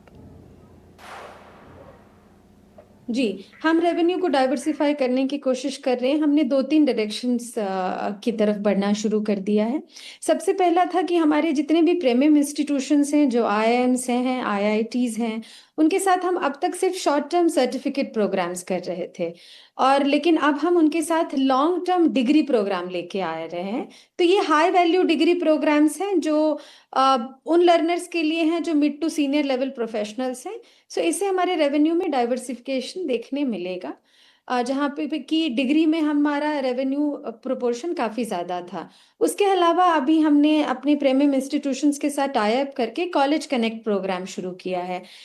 इस कॉलेज कनेक्ट प्रोग्राम्स में हम सारे इंजीनियरिंग और जितने भी मैनेजमेंट इंस्टीट्यूशंस हैं उनको हम चलिए रंजिता, एक आखिरी सवाल, जो रेगुलेटरी चेंजेस हैं खासतौर पे एजुकेशन स्पेस में, वो आपको लगता है कि आपके बिजनेस को मीडियम टर्म में इम्पैक्ट कर रहे हैं? ये तो कहूँ कि ये हमारे लिए एक आशीर्वाद जैसा ही हो गया हमारे बिजनेस के लिए, क्योंकि रेगुलेटरी नॉर्म्स जो है वो काफ़ी एनकरेजिंग हो गई ऑनलाइन एजुकेशन के लिए और वो चाहते हैं कि वो ऑनलाइन एजुकेशन के थ्रू जीआर इम्प्रूव करें। इसके लिए हमारे यूजीसी ने एक नया रेगुलेशन लाया कि ऑनलाइन एजुकेशन और कन्वेंशनल एजुकेशन इन दोनों को एट पार इक्विवेलेंस दिया है उन्होंने। तो इससे क्या हो गया कि ऑनलाइन एजुकेशन का डिमांड बहुत ज्यादा बढ़ गया और रेगुलेटरी ने इसको उल्टा सपोर्ट किया है ऑनलाइन एजुकेशन को इम्प्रूव करने के लिए। क्या करेंगे रंजीता जी, बहुत बहुत धन्यवाद संजय जी आपका भी इस चर्चा में जुड़ने के लिए। आप दोनों को आपके कारोबार के लिए हमारी ओर से शुभकामनाएं। चलिए एक बार राय भी ले लेते हैं, हमारे साथ विवेक का लगातार बने हुए हैं। विवेक बताइए, जारो इंस्टीट्यूट हम देख रहे हैं कि 3.5% आज ये स्टॉक का ऊपर है, एक एक्शन तो नज़र आ रहा है और इन सब के बीच में जाहिर सी बात है कि मैनेजमेंट को भी आपने सुना, उनके आगे के आउटलुक को भी जाना। कैसा लगता है आपको जारो इंस्टीट्यूट? प्रशांत, माफी चाहूंगा क्योंकि इसको बिल्कुल ट्रैक नहीं करता, लेकिन एक चीज है कि एजुकेशन सेक्टर बहुत ब्राइट फ्यूचर है उसका। और इस स्पेस में एक जमाने में हमने काफी एजुकेशन, ऑनलाइन एजुकेशन भी देखी थी, एग्जांपल के लिए एजुकॉम वगैरह, जो पूरा का पूरा क्रैश हुआ था सेक्टर। लेकिन आज के दिन अभी हाल ही में हमने दूसरी कंपनीज भी देखी है जो ट्रबल में है, मैं नाम नहीं ले रहा जानबूझ के। तो लेकिन कोई अच्छा अगर करता है कंपनी और सीरियस प्लेयर है तो आई थिंक ये स्पेस बहुत ही इंटरेस्टिंग स्पेस है। लेकिन एज स्टॉक स्पेसिफिक मैं बिल्कुल ट्रैक नहीं करता, तो कहना कुछ भी मुश्किल होगा। ट्रैक ना करने की वजह से बहुत स्पेसिफिक राय जारो इंस्टीट्यूट पर विवेक नहीं दे सकते। लेकिन इन सब के बीच में आपको हम बता दें कि महीने की शुरुआत में अक्सर बड़े बड़े पैसों के काम होते हैं, जैसे सैलरी आती है, बिल भरने होते हैं, खर्चों की प्लानिंग होती है। लेकिन जिस तरह हम अपने खर्चों की प्लानिंग करते हैं उसी तरह अपने निवेश की प्लानिंग करना भी ज़रूरी है। इसी आदत को बढ़ावा देने के लिए SBI म्यूचुअल फंड और टाइम्स नेटवर्क मिलकर एक खास राष्ट्रीय इन्वेस्टर अवेयरनेस पहल शुरू कर रहे हैं, जिसका नाम है भारत निवेश बेहतर कल। इस पहल का मकसद भारतीयों में लगातार निवेश करने की आदत को प्रोत्साहित करना है ताकि वो अपना आर्थिक भविष्य सुरक्षित कर सके।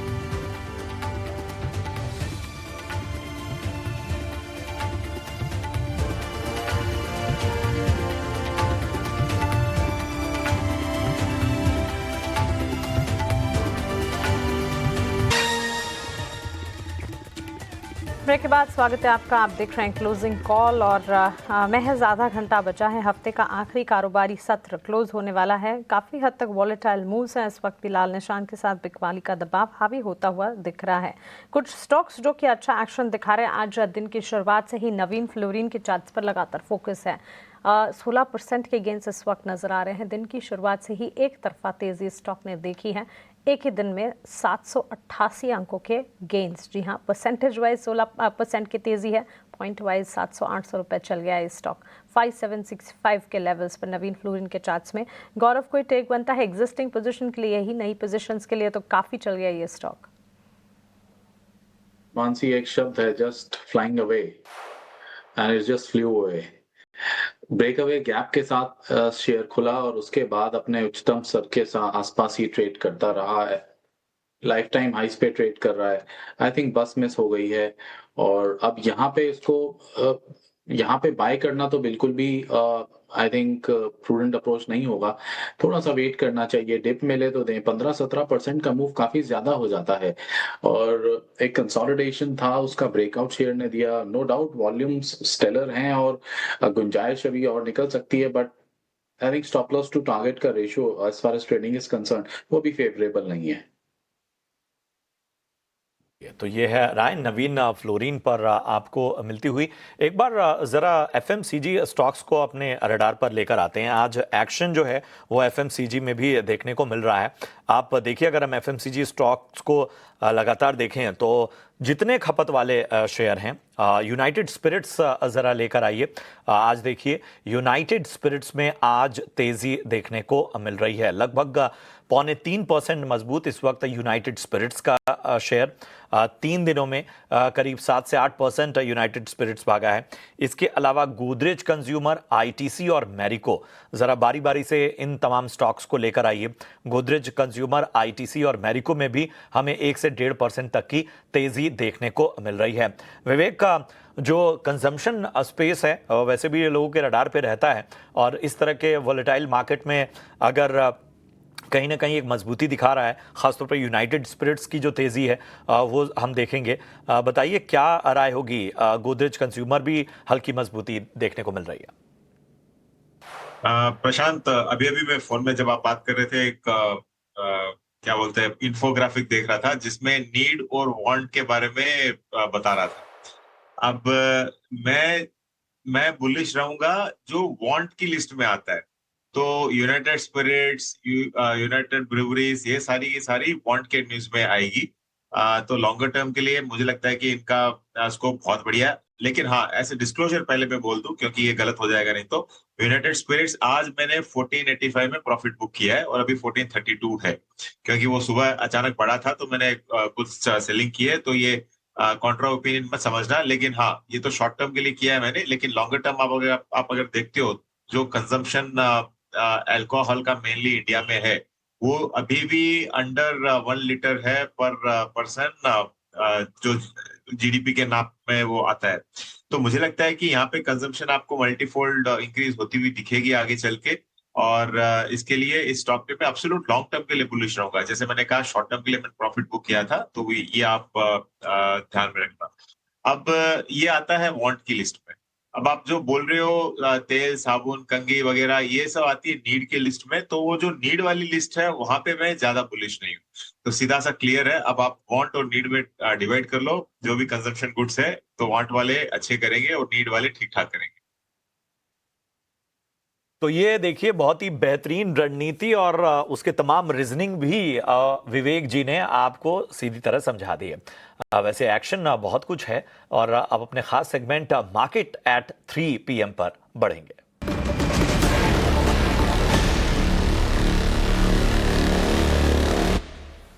और हमारे सहयोगी आनंद शुक्ला तैयार हैं इस वक्त के 3 बजे के धमाकेदार स्टॉक्स लेकर। बताइए आनंद, कहाँ एक्शन है? जी हाँ प्रशांत, बाजार की तरफ देखें तो बाजार में आज गिरावट देखने को मिल रही है और जो सेक्टर सबसे ज़्यादा गिरा है वो मेटल का। मेटल शेयरों पर लगातार दूसरे दिन दबाव देखने को मिल रहा है। जिंदल स्टेनलेस की तरफ देखिए, हिंद कॉपर, वेदांता, इन तीनों शेयरों में 2 से 4% की गिरावट आज देखने को मिल रही है। वहीं वॉल्यूम की बात करें तो नवीन फ्लोरिन का शेयर देखिए, दमदार नतीजे आए थे और शेयर करीब 16% ऊपर कारोबार कर रहा है और औसत से करीब 44 गुना ज़्यादा वॉल्यूम देखने को मिल रहा है। वहीं स्ट्राइड्स फार्मा की बात करें तो आय और मुनाफा बढ़ा है कंपनी का और 11% के आसपास की तेज़ी दिखा रहा है शेयर और औसत से करीब 22 गुना ज़्यादा वॉल्यूम यहाँ भी देखने को मिल रहा है। इसके अलावा यूनाइटेड स्पिरिट्स की बात करें तो नतीजे जो आए थे मजबूत आए थे, 3% ऊपर कारोबार करता नजर आ रहा है शेयर और औसत से 12 गुना ज़्यादा वॉल्यूम यहाँ भी देखने को मिल रहा है। कई सारी कंपनियों के नतीजे आ रहे हैं। BEL के नतीजों की बात करें तो अनुमान से बेहतर नतीजे आए हैं। मुनाफा जो है 1000 करोड़ से बढ़कर अब 1200 करोड़ के आसपास पहुँच गया है ईयर ऑन ईयर बेसिस पे। साथ ही साथ आय 4500 करोड़ से बढ़कर अब 5800 करोड़ के आसपास पहुंच गया है। एबिडा में भी बढ़ोतरी देखने को मिली है जिसके चलते शेयर आज 4% ऊपर कारोबार करता नजर आ रहा है। कुछ खबरों की बात करें तो कोचीन शिपयार्ड पे खबर आई है, डेनमार्क की कंपनी के साथ करार किया है और ये जो करार है वो एडवांस इलेक्ट्रिक ट्रक बनाने के लिए किया गया है, जिसके चलते शेयर आज हरे निशान में कारोबार करता नजर आ रहा है। रेलटेल भी आज फोकस में बना हुआ है, कंपनी को ऑर्डर मिला है करीब 136 करोड़ का, जिसके चलते शेयर में आज हल्की सी गिरावट देखने को मिल रही है, लेकिन शेयर फोकस में बना हुआ है। अंत में एक ब्रोकरेज रिपोर्ट की बात करेंगे।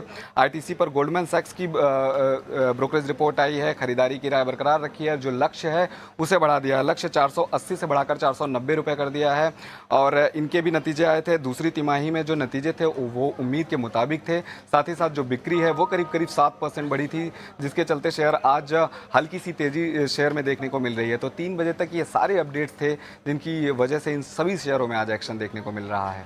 बिल्कुल आनंद, बहुत शुक्रिया आपका हमारे साथ जुड़ने के लिए और मार्केट एट 3 में ये सारे स्टॉक स्पेसिफिक एक्शन खबरों के साथ में बताने के लिए। और जहां मजबूती हम देख रहे हैं, कुछ तमाम काउंटर्स हैं जहां एक इम्पैक्ट आता हुआ, स्टॉक्स काफ़ी बढ़त के साथ चलने का जो दमखम रखते हैं, ऐसे एक हाथ दो स्टॉक्स को देख लेते हैं। अपार इंडस्ट्रीज़ के स्टॉक को पुलअप करते हैं। आज के सत्र में बाजार कमज़ोर है और कमज़ोर बाजार में ये स्टॉक जो है डाउनसाइड रिएक्ट कर रहा है, लेकिन एक राय इस पर लेनी चाहिए क्योंकि पिछले 5 सेशंस में इसके गेंस को अगर आप देखेंगे, अपसाइड भी अच्छी खासी देख लेता है, 8,674 के स्तर। और अमोल, आपसे जानना चाहेंगे, अमोल आठवले भी हमारे साथ जुड़ गए हैं, उनका स्वागत करते हैं। Good afternoon Amol. एक तो आप अपने ट्रेडिंग आइडियाज़ भी दीजिएगा और अपार इंडस्ट्रीज़ गिरावट में क्या खरीदारी के मौके ढूंढने चाहिए?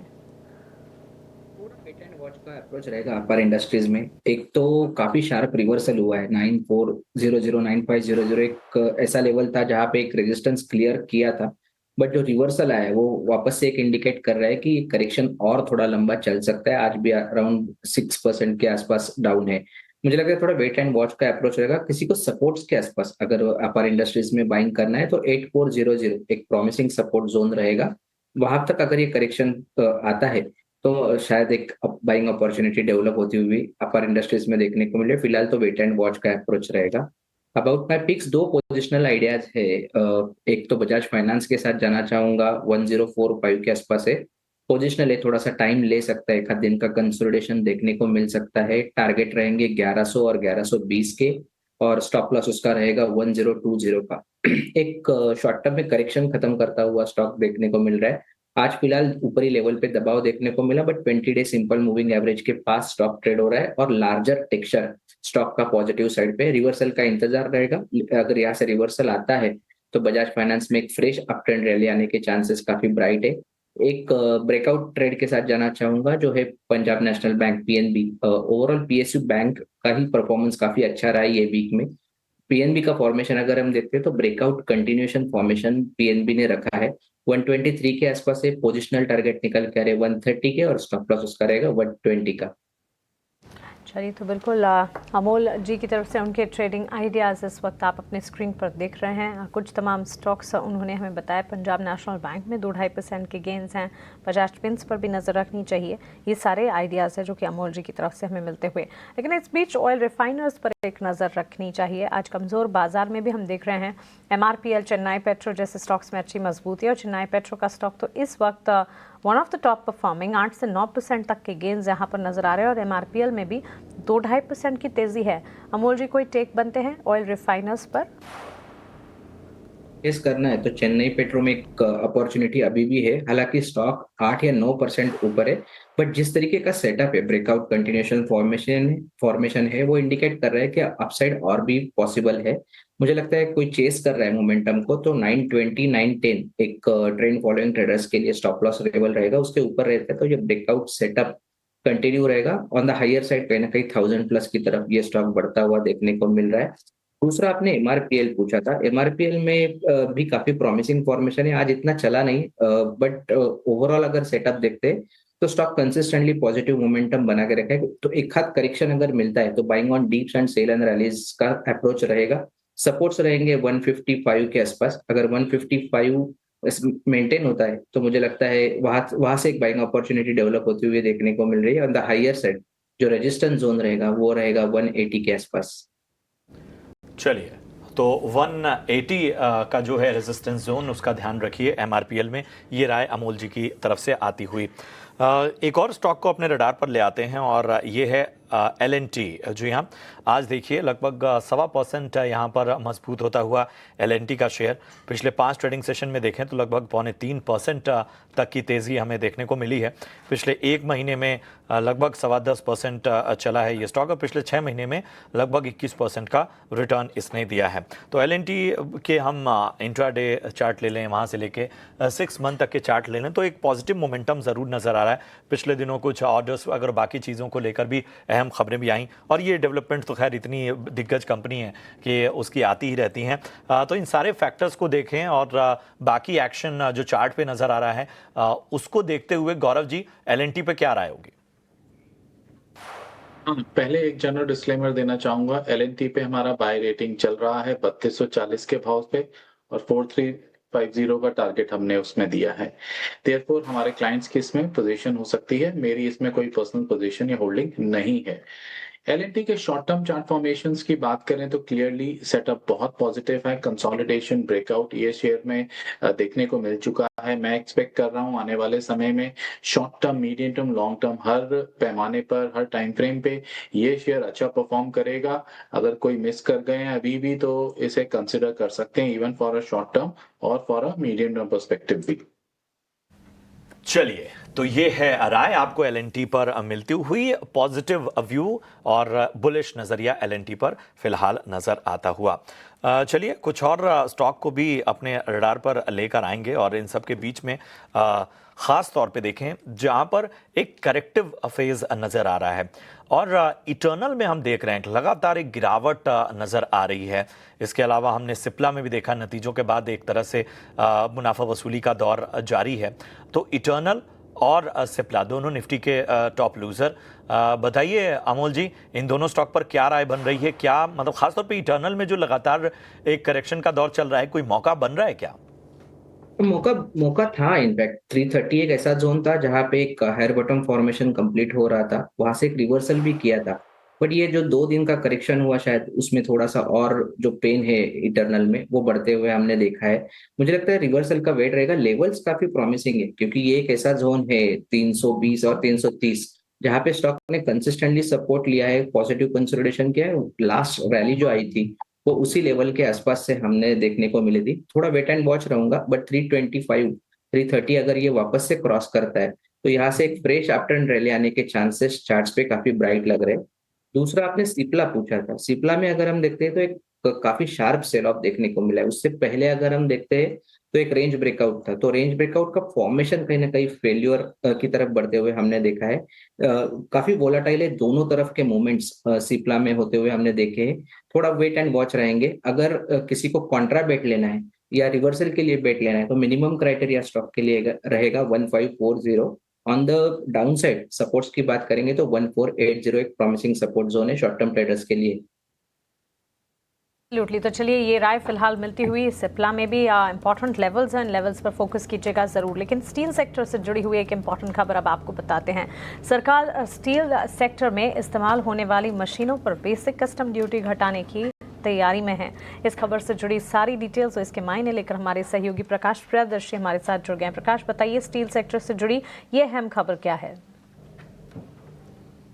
देखिए, काफ़ी इंपॉर्टेंट डेवलपमेंट है अगर आप स्टील सेक्टर के पॉइंट ऑफ व्यू से देखें, क्योंकि सूत्र हमें बता रहे हैं कि जो मशीन्स का इस्तेमाल होता है स्टील सेक्टर में उस पर बेसिक कस्टम ड्यूटी का जो स्ट्रक्चर है उसको रैशनलाइज किया जा सकता है।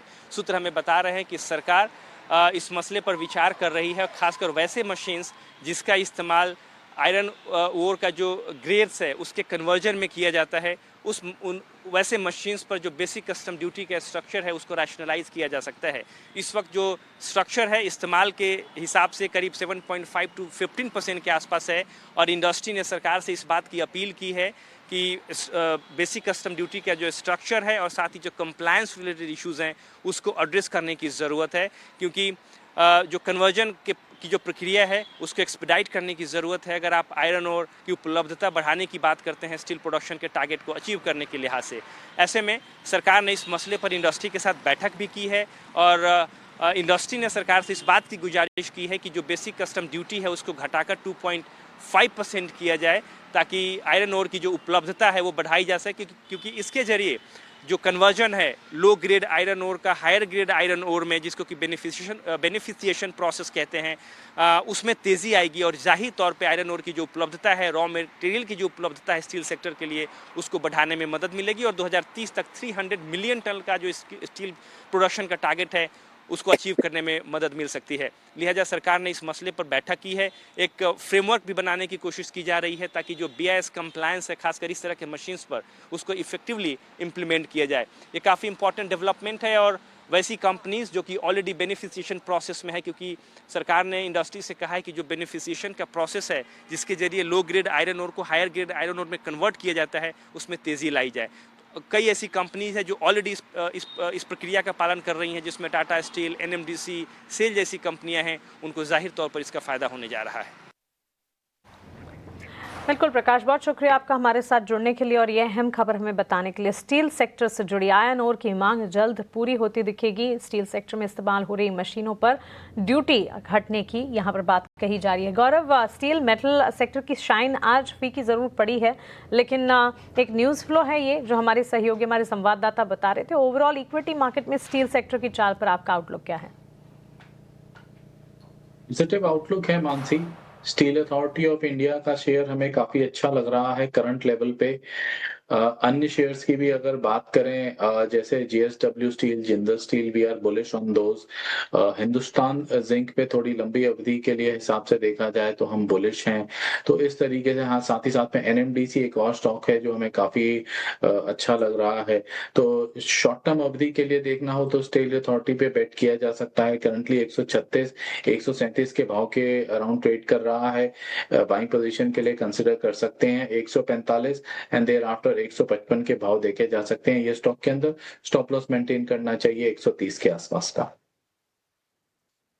ये टेक हमें मिलता हुआ। इस बीच 3:16 हो रहे हैं, बाजार क्लोज होने में 15 मिनट तक का समय बचा है। क्विकली BTST STBT ट्रेड्स भी हमारे एक्सपर्ट से समझ लेते हैं। अमोल जी, कोई BTST STBT ट्रेड आपकी तरफ से इस वक्त? स्पॉट्स के ऊपर ध्यान जा रहा है। आज एक काफी दिनों के बाद एक प्रॉमिसिंग एक्टिविटी देखने को मिला है। डेली चार्ट्स पे range breakout formation kind of हुआ है। मुझे लगता है 3750 एक सपोर्ट स्टॉप लॉस रहेगा और ऑन द हायर साइड 3950 तक के लेवल्स पोजिशनली भी आने के चांसेस चार्ट्स पे दिख के आ रहे हैं। एस्कॉट्स पर राय BTST के तौर पर यहाँ पर गौरव की तरफ से, अमोल जी की तरफ से कन्विक्शन बनता हुआ। गौरव, आपकी तरफ से कोई BTST या STBT ट्रेड? मैंने भी एस्कॉट्स कुबोटा ही चुना था for a BTST trade. Since Amol ji ने उसे ऑलरेडी रेकमेंड कर दिया है तो मैं अपने सेकंड स्टॉक के साथ जाऊंगा, that is Shobha developers. Overall देखा जाए तो फॉर्मेशंस पॉजिटिव हैं, रिवर्सल के संकेत मिल रहे हैं। रियल एस्टेट पैक में से शोभा डेवलपर्स का परफॉर्मेंस ठीक ठाक रहा है, खासी गिरावट नहीं आई, मुझे अच्छा लग रहा है। करंट जंक्शन पे 1618 1618 के अराउंड ट्रेड कर रहा है। 1650 60 के अराउंड के इसमें टारगेट एक्सपेक्ट कर सकते हैं BTST के लिए। और स्टॉप लॉस भी छोटा ही है, ज्यादा लंबा रखने की आवश्यकता भी नहीं है। 1695 रुपए, 1595, सॉरी। ओके 1595 का स्टॉप लॉस मेंटेन कीजिए। शोभा लिमिटेड करीब 2-2.5% की तेजी इस वक्त नजर आ रही है। Gaurav, before we let you go, एक आखिरी शेयर आपसे पूछना चाहूंगी। ओरेकल फाइनेंशियल सर्विसेज पर, OFSS पर एक राय दीजिए। स्टॉक में हम मूव्स जब भी देखते हैं बड़े अच्छे खासे लेवल्स पर ये स्टॉक मूव करता है। हालांकि आज के सत्र में गिरावट है ज़रूर, 8500 के लेवल्स है, लेकिन ये पिछले एक महीने में ही 9300 के पार भी जाता दिखा है। वांसी, अभी हाल फिलहाल की बात करूं तो शॉर्ट टर्म में, इमीडिएट नियर टर्म में OFSS एक रेंज बाउंड मूव दिखा रहा है, कोई खासी मूवमेंट नहीं है। 8300 on the down side and about 96-9700 on the higher side. 10-12% का ब्रैकेट है, इसी के अंदर मूव कर रहा है। ट्रेडिंग पर्सपेक्टिव से बिल्कुल भी सूटेबल नहीं है। आई थिंक थोड़ा सा वेट एंड वॉच करना चाहिए, किस तरीके का रुझान बन रहा है वो देखना चाहिए। अगर IT में जाना है तो I will still stick with the mid cap Indian IT companies like emphasis and Coforge. अगर कॉन्ट्राबेट लेना है तो मैं उनके साथ जाना पसंद करूंगा, कीपिंग एटलीस्ट अ 6 months ट्रेडिंग होराइजन। ये टेक मिलता हुआ फिलहाल ओरेकल फाइनेंशियल सर्विसेज को वॉच लिस्ट में रखा जाए। इसके अलावा अन्य आईटी कंपनियां हैं मिड कैप से जुड़ी हुई, कोफोर्ज, एम्फैसिस, जिस पर नज़र रखी जा सकती है अगर आईटी सेक्टर को प्ले आउट करना ही है। गौरव, शुक्रिया आपका हमारे साथ जुड़ने के लिए, सवालों के जवाब देने के लिए। Thank you so much. Have a nice day and a great weekend to you. Bharti Airtel ji, Bharti Airtel के नतीजे सोमवार के दिन आते हुए दिखेंगे। 3 नवंबर को नंबर्स आने वाले हैं और उससे पहले नतीजों के एक अनुमान आपके सामने रख देते हैं। हमारी एक्सपेक्टेशन है कि क्वार्टर ऑन क्वार्टर बेसिस पर रेवेन्यू के फ्रंट पर करीब 2% की ग्रोथ देखने को मिल सकती है। मोबाइल सर्विस बिजनेस की अगर बात करें, वहाँ पर भी तिमाही आधार पर 1.2% के अपटिक नजर आ सकते हैं। सब्सक्राइबर एडिशन जो है वो ड्राइव करते हुए दिखेंगे इंडिया मोबाइल सर्विसेज को, और एवरेज रेवेन्यू पर यूज़र में ग्रोथ जो है वो मॉडरेट रहने का अनुमान हम लगाकर चल रहे हैं। स्टेबल एक्सपेक्टेशन है इन टर्म्स ऑफ मार्जिन 56.7% से 56.9% पर, यानी कि 56-57% पर मार्जिन जो है वो इंटैक्ट रहते हुए दिखेंगे। टेलीकॉम की तर्ज पर मॉडरेट एवरेज रेवेन्यू पर यूज़र है राइस, और साथ ही टैरिफ हाइक्स जो है वो एंटिसिपेटेड नहीं है। हेल्दी ग्रोथ प्रॉफिट में एक्सपेक्ट करके चल रहे हैं। तिमाही आधार पर 13% का इजाफा मुनाफे के फ्रंट पर हाथ लग सकता है। एक्सपेक्टेशन है कि 5,948 करोड़ से 6,739 करोड़ पर कंपनी का मुनाफा जो है वो पोस्ट होता दिखेगा। एयरटेल अफ्रीका का गुड परफॉर्मेंस है, और साथ ही टैरिफ हाइक जो पिछले क्वार्टर आते हुए दिखे थे उसका असर है जो कि नतीजों पर रिफ्लेक्ट होता दिख सकता है। की थिंग्स, कुछ की मॉनिटरेबल्स जिस पर नजर रखेंगे, केपेक्स आउटले पर, प्रोग्रेस 5G इम्प्लीमेंटेशन पर, कमेंट्री मोबाइल टैरिफ हाइक को मार्केट बिहेवियर पर, और साथ ही इंडिया वर्सेस अफ्रीका परफॉर्मेंस पर। तमाम चीज़ें हैं जिस पर नजर रहेगी। अमोल जी, वैसे टेलीकॉम सेक्टर में इन दिनों काफ़ी कुछ हुआ है, काफ़ी सारे न्यूज़ फ्लोज और हलचल और कंसर्न्स भी हैं। अभी ताज़ा वोडाफोन आइडिया को लेकर भी खबर आती हुई दिखी थी। AGR क्राइसिस पर हमने ग्लैंस किया था, उसके ठीक बाद हमने देखा वोडाफोन आइडिया में भी किस तरह का क्रैश नजर आया। कैसे देख रहे हैं ओवरऑल टेलीकॉम सेक्टर की चाल, और एयरटेल नतीजों से ठीक पहले क्या राय होगी? जी, अगर हम देखते हैं तो वोडाफोन एक अलग स्टोरी है। उसमें मुझे ऐसा लगता है कि जो भी न्यूज़ फ्लो आता है तो स्टॉक एक्सेसिवली रिएक्ट होता हुआ देखने को मिल रहा है। उससे पहले भी अगर हम देखें तो 15-16% का रैली आइडिया में देखा गया था, और इवेंट के बाद ऐसा हो गया कि दूसरी तरफ भी उतना ही फॉल देखने को मिला। तो वो एक अलग केस मुझे लगता है। और भारतीय एयरटेल अगर मैं देखता हूँ और purely on the basis of charts देखता हूँ तो स्टॉक में काफी प्रॉमिसिंग अपट्रेंड रैली हुआ है। 1860 से बॉटम बनाने के बाद स्टॉक ने consistently higher lows formation maintain रखा है। तो पोजिशनल पॉइंट ऑफ व्यू से अगर मैं भारतीय एयरटेल की तरफ देखूं तो 2000 के लेवल के आसपास जो प्रीवियस बॉटम है भारतीय एयरटेल का, वो एक प्रॉमिसिंग सपोर्ट या सैक्रोसेंट सपोर्ट लेके चल रहा हूँ। जब तक वो मेंटेन है, ट्रेंड को कोई डैमेज नहीं है। अगर यहाँ से रिवर्सल आता है तो ऑन द हायर साइड 2120 ये पहला अपसाइड रहेगा, और अगर वो सक्सेसफुली ब्रेक होता है तो पोजिशनली भारतीय एयरटेल में 2150 तक लेवल आने के चांसेस चार्ट्स पे दिख के आ रहे हैं। ओके, तो चलिए एयरटेल पर ये एक टिक फिलहाल हमें मिल चुका है, लेकिन इंपॉर्टेंट ट्रिगर्स इवेंट्स जिसका जिक्र हम करते हैं, हमने ऑन दिस शो में आपको बताया था 3:20 के आसपास हम आपको बताएंगे कि आने वाले दिनों के लिए इंपॉर्टेंट इवेंट्स और ट्रिगर्स क्या हैं। आइए उसकी शुरुआत कर लेते हैं। कल के लिए बाजार के अहम इवेंट्स सबसे पहले आपके स्क्रीन पर आ जाएंगे। कल ऑटो बिक्री के डेटा आने वाले हैं। हर महीने की पहली तारीख को ऑटो बिक्री के डेटा आते हैं जो कि कल स्लेटेड है। इसके अलावा HSBC मैन्युफैक्चरिंग PMI नंबर्स 3 नवंबर को आते हुए दिखेंगे, यानी कि सोमवार के दिन आते दिखेंगे। वीकली निफ्टी एक्सपायरी 4 नवंबर को होने वाली है। 5 नवंबर को गुरु नानक जयंती है और इसी के चलते हॉलीडे रहेगा। फेज़ 1 बिहार इलेक्शंस का 6 नवंबर से शुरू हो जाएगा, और इसके साथ साथ वीकली सेंसेक्स की एक्सपायरी भी 6 नवंबर को होगी। फॉरेक्स रिजर्व्स के डेटा जो हैं वो 7 नवंबर को आते दिखेंगे। इंपॉर्टेंट ग्लोबल इंडिकेटिव एक्शंस यानी ट्रिगर्स की अगर मैं बात करूं, 3 नवंबर यानी कि सोमवार के दिन ISM मैन्युफैक्चरिंग डेटा जो है वो आता हुआ दिखेगा। ट्रेड डेटा 4 नवंबर को आएगा। US सुप्रीम कोर्ट जो है वो आर्ग्यूमेंट्स सुनेंगी। लीगालिटी जो 60% प्रेसिडेंट डोनाल्ड ट्रंप ने टैरिफ पर बात रखी थी उस पर। इनिशियल जॉबलेस क्लेम्स के डेटा 6 नवंबर, और यूनिवर्सिटी ऑफ मिशिगन के कंज्यूमर सेंटिमेंट के स्टैटिस्टिक्स जो हैं वो 7 नवंबर को आने वाले हैं। सारे इंपॉर्टेंट इवेंट्स हैं, इसके साथ साथ नतीजे भी ढेर सारे हैं। नंबर्स की भी एक लंबी फेहरिस्त है जो वक्त वक्त पर हम आपके सामने रखते जाएंगे। All of it Nifty, FNO और कैश सेगमेंट से जुड़ी कंपनियों के नतीजों पर लगातार हमारा फोकस है। लेकिन चलिए अब आगे बढ़ेंगे। एक और इम्पॉर्टेंट खबर आपको बताते हैं। रिलायंस ने जियो यूजर्स को बड़ा तोहफा दिया है। दरअसल रिलायंस ने गूगल के साथ करार किया है, जिससे अब जियो यूजर्स को फ्री जेमिनाई एआई एक्सेस मिलेगा। जी हाँ, क्या है ये डील और इसकी पूरी डिटेल्स, इसके मायने, ये सब कुछ और इसके क्या क्या फ़ायदे होंगे, बताने के लिए हमारे साथ जुड़ी हमारी सहयोगी सुमिता करीर। सुमिता, इंटरेस्टिंग डील है, बताएं इसकी डिटेल्स क्या हैं। रिलायंस का बड़ा बोनांजा आया है फॉर जियो यूजर्स। एसेंशली जियो और गूगल ने मिलके free Gemini for Jio users का प्लान अनाउंस किया है और रिलायंस अब एआई के रेस में एंटर हो गया है। जियो जो है वो 35,100 एआई प्रो एक्सेस देगा 18 मंथ्स के लिए, और ये जो इनिशिएटिव है ये आज से लॉन्च हो रहा है। इसका जो रोल आउट है वो सबसे पहले उन यूजर्स के लिए शुरू होगा जो 18 to 25 ईयर्स के हैं ऑन अनलिमिटेड 5G प्लान्स, और उसके बाद ही इनिशिएटिव ओवरऑल नेशन में स्प्रेड होगा। रिलायंस ने बोला है कि इसका जो एक्सपेंशन है कंट्री वाइड वो शॉर्टेस्ट टाइम पॉसिबल में होगा। बट ये भी समझ लेते हैं कि जेमिनाई प्रो में क्या क्या इंक्लूडेड है। According to an official communication, it will have unlimited chats, 2 TB of cloud storage, video generation on Veo 3.1 and image generation on Nano Banana. Definitely Reliance is very much serious about AI, and we have seen, of course, multiple variations of Google's Gemini model, given the fact that the kind of competition we've seen globally in terms of Chat GPT as well. Several competitors and several other companies have come out with their own models.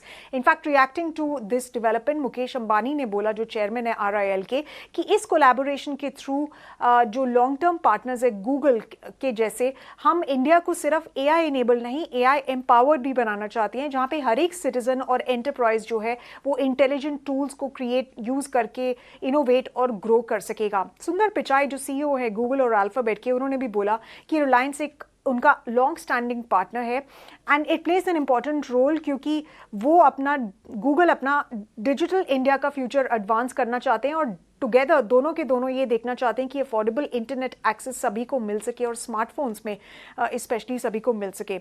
सो ये जो AI का space है ये काफ़ी hot up हो रहा है। हमने नए मॉडल्स देखे हैं, नए पार्टनरशिप्स देखे हैं, कोलैबोरेशंस देखे हैं, बट ओवरऑल अपटेक कैसा होगा over the next couple of months, that remains to be seen. ठीक है, तो चलिए ये राय फिलहाल हमें मिलती हुई, और इनफैक्ट ये एक नया development free Gemini AI access और आर्टिफिशियल इंटेलिजेंस को डेवलप करने के लिए लगातार कंपनियां काफ़ी फोकस कर रही है, और ये एक नया प्लेटफॉर्म है, और सिर्फ डोमेस्टिक कंपनियां ही नहीं, ग्लोबल फ्रंट पर भी कंपनियां जो हैं आर्टिफिशियल इंटेलिजेंस के डेवलपमेंट, इस प्लेटफॉर्म को डेवलप करने की लगातार जद्दोजहद करती हुई। क्विकली कुछ स्टॉक पर अमोल जी आपसे 2 स्टॉक पर राय लेना चाहूँगी। एक तो गोडफ्रे और ब्लू डार्ट, दोनों स्टॉक्स में कमजोरी है। कमजोरी क्या टेक्निकली चार्ट्स पर कोई एंट्री अपॉर्चुनिटी आपके हिसाब से बन रही है? महज 3 मिनट बचे हैं बाजार क्लोज होने में। ब्लू डार्ट पे वेट एंड वॉच का अप्रोच रखूंगा, क्योंकि एक बाउंस बैक के बाद स्टॉक में एक करेक्शन देखने को मिला है, मार्केट भी डे लो के आसपास ट्रेड हो रहा है, तो थोड़ा सा वेट एंड वॉच का अप्रोच रहूंगा। रिवर्सल पे ध्यान रहेगा, रिवर्सल का लेवल रहेगा 6800 का। ठीक है, और गोडफ्रे फिलिप्स उस पर भी वेट एंड वॉच का ही अप्रोच रखूंगा, क्योंकि ओवरऑल मार्केट सेंटीमेंट भी खराब है और स्टॉक में भी सेलिंग प्रेशर ही देखने को मिला है। कोई रिकवरी के चांसेस फिलहाल तो नहीं दिख रहे। ये एक टेक हमें मिलता हुआ, और अमोल जी बहुत शुक्रिया आपका हमारे साथ जुड़ने के लिए और बाजार पर अपनी राय, और लास्ट 1.5 आवर ट्रेड में आखिरी हफ्ते के आखिरी कारोबारी सत्र में हमारे साथ जुड़कर हमारे व्यूवर्स को हेल्प करने के लिए thank you so much. Have a nice day and a great weekend to you. बाजार की क्लोजिंग की तरफ बढ़ते हैं, और आज का सत्र जो है काफ़ी वॉलेटाइल रहा, कमज़ोर था। कमजोरी का रुझान हमने देखा, मार्केट में काफ़ी हद तक वॉलेटिलिटी आज सुबह से ही इसके संकेत मिल रहे थे। विदेशी बाजार से संकेत जो थे मिले जुले थे। इसके अलावा FIS की सेलिंग थी। ओवरऑल एडवांस डिक्लाइन रेशियो में भी मार्केट का टेक्सचर बटा हुआ ही लग रहा था, और टुवर्ड्स क्लोजिंग तो डिक्लाइंस का पलड़ा भारी भी लग रहा है। गिरावट दिन भर हावी होती रही, लार्जर प्लेयर्स ने सपोर्ट नहीं किया। रिलायंस है, इन्फोसिस है, इन तमाम स्टॉक से बिकवाली, supply, HDFC life, Grasim, Kotak Mahindra bank, Apollo hospital, ये सारे स्टॉक्स बिकवाली झेल रहे थे। जहां नतीजे अच्छे आए, स्टॉक में रिएक्शन था। यूनाइटेड स्पिरिट्स लिमिटेड, नवीन फ्लोरिन जैसे स्टॉक्स देखिए कितनी बढ़िया मजबूती के साथ ट्रेंड करते दिखे ड्यूरिंग द एंटायर सेशन, वो भी तब जब बाजार इतना कमज़ोर था। 8-9% की तेज़ी स्ट्राइड्स फार्मा में भी नजर आई। फार्मा हेल्थ केयर डायग्नोस्टिक में हमने देखा काफ़ी हद तक वॉलेटाइल मूव्स, लेकिन इसमें भी चुनिंदा स्क्रिप्ट्स थी जो कि काफ़ी अच्छा एक्शन दिखा रही थी। BEL आज न्यूज स्लो भी आया था और वैसे भी ऑर्डर विंस के चलते फोकस रेडार पर रहती है। 4% के गेंस के साथ BEL के चार्ट्स में भी हमने देखा अच्छी मजबूती का ट्रेंड जारी रहा और टुवर्ड्स क्लोजिंग भी हम देख रहे हैं अच्छी खासी तेजी का ही दौर इस स्टॉक में भी। शोभा लिमिटेड रियल एस्टेट सेक्टर हमारे एक्सपर्ट्स के रेडार पर रहा और इस वक्त भी हम देख रहे हैं अच्छे खासे मूव्स कुछ तमाम काउंटर्स शोभा लिमिटेड, ब्रिगेड एंटरप्राइजेज जैसे स्टॉक्स में नजर आ रहे हैं। डाइवर्सिफाइड FMCG स्पेस ITC नतीजों के ठीक बाद हमने देखा इनलाइन सेट ऑफ नंबर्स जरूर थे, इम्पैक्ट आता हुआ दिखा, लेकिन वॉलेटाइल मूव्स की भेंट चढ़ता हुआ ITC भी करीब 0.5% के गेंस के साथ क्लोज होने की तैयारी कर रहा है। मेटल सेक्टर की शाइन आज फीकी पड़ती हुई दिखी। हिंडाल्को, वेदांता, जिंदाल स्टेनलेस तमाम स्टॉक्स में बिकवाली थी। NALCO, Hindustan copper, NMDC, Tata steel जैसे स्टॉक्स में भी गिरावट हावी होती रही। ड्यूरिंग द इंटायर सेशन सरकारी बैंक का खेमा बाजार को संभाल रहा था, लेकिन निजी बैंक क्षेत्र से गिरावट हाथ लगी। प्राइवेट बैंक शेयरों में बाजार में दबाव बनाते हुए देखने को मिले। ICICI bank, HDFC bank, Kotak, बंधन बैंक इस तमाम जो हैं करीब 3 से लेकर 7% तक की गिरावट दिखा रहे थे। इसके अलावा ऑटो क्षेत्र की चाल पर आपको नजर रखनी चाहिए। कल ऑटो बिक्री के आंकड़े आएंगे, उससे ठीक पहले मारुति सुजुकी के नंबर्स आज आते हुए दिखे। नंबर्स पर किस तरह नतीजे रहे ये भी आपके सामने रखा एक्सपर्ट से, दोनों फंडामेंटल और टेक्निकल नजरिए भी जाने। लेकिन ऑटो क्षेत्र के जो ऑटो बिक्री के आंकड़े आएंगे उस पर रिएक्शन हम सोमवार के सेशन में देखेंगे, तो ये सेक्टर फोकस रेडार पर रहेगा सोमवार को। बाजार की क्लोजिंग आपके स्क्रीन पर आप देख रहे हैं। 25,730 के लेवल्स पर 150 अंकों की गिरावट पर निफ्टी, 245 अंकों की गिरावट पर 57,786 के स्तर पर बैंक निफ्टी, करीब 450 अंकों की गिरावट पर 83,955 के लेवल्स पर सेंसेक्स में क्लोजिंग और इसी तरह का ब्रॉडर मार्केट में भी इम्पैक्ट, यानी कि दिन भर बाजार थका हुआ था। हफ्ते का आखिरी कारोबारी सत्र वॉलेटाइल मूव्स टुवर्ड्स कह सकते हैं डाउन ट्रेंड ही नजर आया और इसी तरह के लेवल्स पर क्लोजिंग भी दिखी। उम्मीद यही करके चलते कि सोमवार का सेशन बाजार फिर से खुलेंगे तो वहां पर अच्छी मजबूती का ट्रेंड लौटता हुआ दिखेगा। क्लोजिंग कॉल को तो हम यही समेट रहे हैं, लेकिन जाते जाते एक इंपॉर्टेंट अपडेट आपके लिए। महीने की शुरुआत में अक्सर बड़े बड़े पैसों के काम होते हैं, जैसे सैलरी आती है, बिल भरने होते हैं, खर्चों की प्लानिंग होती है। लेकिन जिस तरह हम अपने खर्चों की प्लानिंग करते हैं उसी तरह अपने निवेश की प्लानिंग करना भी उतना ही जरूरी है। इसी आदत को बढ़ावा देने के लिए SBI म्यूचुअल फंड और टाइम्स नेटवर्क मिलकर